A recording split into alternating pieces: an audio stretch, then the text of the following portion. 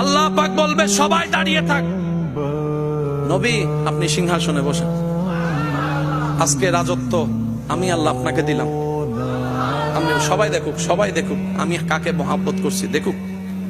নবী বলে আল্লাহ সিংহাসনে বসবো না, সিংহাসনে বসবো না। আল্লাহ পাক বলে কেন বসবেন না? আমার উম্মত, আমার উম্মত, আমার উম্মত জাহান্নামে কষ্ট পাচ্ছে, উম্মতকে কষ্ট ফেলে তো আমি সিংহাসনে বসতে পারি না। আল্লাহ তুমি চাইলে, আমি নবী যদি চাইতাম তুমি আমাকে দুনিয়ার সিংহাসন দিতা, কিন্তু আমি সেটা চাইনি, আমি গরিবই জিন্দেগি চাইছি। আমি 3 বেলা উপবাস থেকে যে শুধু আমার উম্মতরা যেন আমি নবীর দিকে তাকায়, অভাবে পড়লো যেন ঈমান হারা না হয়, ধৈর্য ধরতে পারে, তাদেরকে শিখানোর জন্য আমি নিজেও ক্ষুধার্ত ছিলাম।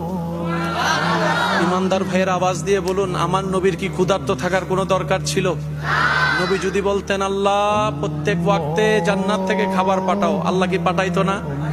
নবী বলে যে আল্লাহ আমি সুযোগ দিয়েছো, আমি নিব না, জান্নাতে যাওয়ার সুযোগ দিয়েছো আমি নিব না, জান্নাতের আহার দিয়েছো আমি নিব না, আমি সব জমা রাখলাম, সব জমা রাখলাম, সব জমা রাখলাম, হাসরে আমি এগুলার বিনিময়ে আমার উম্মতকে আমি জাহান্নামী থেকে জান্নাতে দেখতে চাই, জান্নাতে দেখতে চাই, জান্নাতে দেখতে চাই। আল্লাহ আমি উম্মত ওয়ালা নবী, তায়েফের ময়দানে যখন আমি নবীর মুস্তাফার দেহকে রক্তাক্ত করেছিল, জিবরাইল এসেছিল তোমার পক্ষ থেকে, আমি নবী সেই দিনও বদদুয়া না করে দোয়া করেছিলাম। বলেন সুবহান। আওয়াজ দিয়ে বলেন সেই নবী কাদের নবী? সেই নবী কাদের নবী? সেই নবী কাদের নবী?